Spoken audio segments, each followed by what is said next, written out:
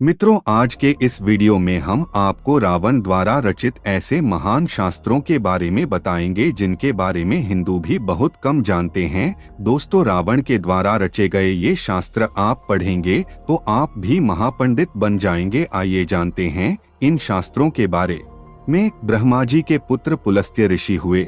उनका पुत्र विश्रवा हुआ। विश्रवा की पहली पत्नी भारद्वाज की पुत्री देवांगना थी, जिसका पुत्र कुबेर था। विश्रवा की दूसरी पत्नी दैत्यराज सुमाली की पुत्री कैकसी थी, जिसकी संतानें रावण, कुंभकर्ण और विभीषण थीं।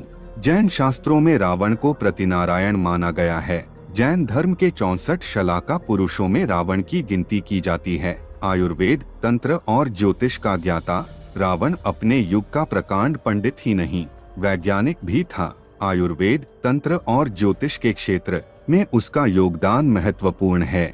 इंद्रजाल जैसी अथर्ववेद मूलक विद्या का रावण ने ही अनुसंधान किया। उसके पास सुषेण जैसे वैद्य थे, जो देश विदेश में पाई जाने वाली जीवन रक्षक औषधियों की जानकारी स्थान, गुणधर्म आदि के अनुसार जानते थे।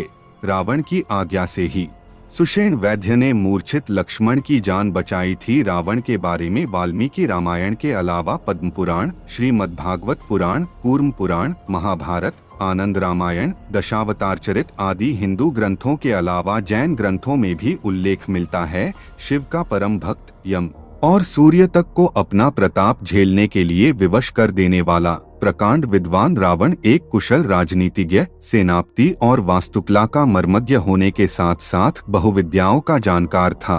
उसे मायावी इसलिए कहा जाता था कि वह इंद्रजाल, तंत्र, सम्मोहन और तरह तरह के जादू जानता था। यह भी उल्लेख मिलता और कहा जाता है कि रावण ने कई शास्त्रों की रचना की थी। आओ जानते हैं कि वे कौन कौन से शास्त्र थे। शिव तांडव स्तोत्र। रावण ने शिव तांडव स्तोत्र की रचना करने के अलावा अन्य कई तंत्र ग्रंथों की रचना की। रावण ने कैलाश पर्वत ही उठा लिया था और जब पूरे पर्वत को ही लंका ले जाने लगा तो भगवान शिव ने अपने अंगूठे से तनिक जो दबाया तो कैलाश पर्वत फिर जहाँ था वहीं अवस्थित हो गया।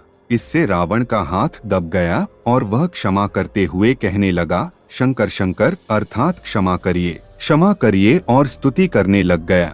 यह क्षमा याचना और स्तुति ही कालांतर में शिव तांडव स्तोत्र कहलाया। अरुण संहिता संस्कृत के इस मूल ग्रंथ का अनुवाद कई भाषाओं में हो चुका है। मान्यता है कि इसका ज्ञान सूर्य के सारथी अरुण ने लंकाधिपति रावण को दो दिया था।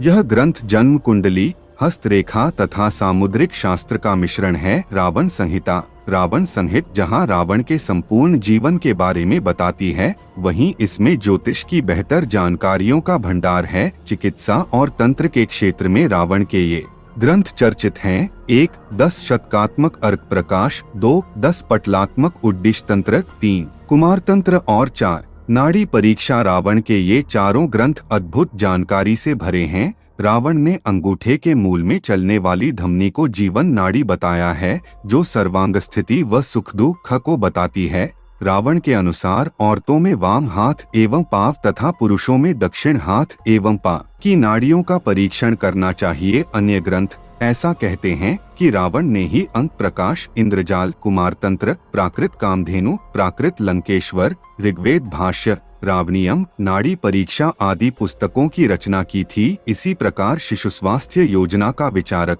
अर्क प्रकाश को रावण ने मंदोदरी के प्रश्नों के उत्तर के रूप में लिखा है। इसमें गर्भस्थ शिशु को कष्ट, रोग, काल, राक्षस आदि व्याधियों से मुक्त रखने के उपाय बताए गए हैं। कुमार तंत्र में मातृकाओं को पूजा आदि देकर घर परिवार को स्वस्थ रखने का वर्णन है।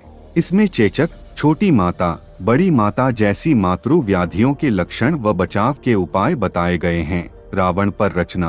पुराणों सहित इतिहास ग्रंथ वाल्मीकि रामायण और रामचरित रामायण में तो रावण का वर्णन मिलता ही है, किंतु आधुनिक काल में आचार्य चतुर्सेन द्वारा रावण पर वयम रक्षामः नामक बहुचर्चित उपन्यास लिखा गया है।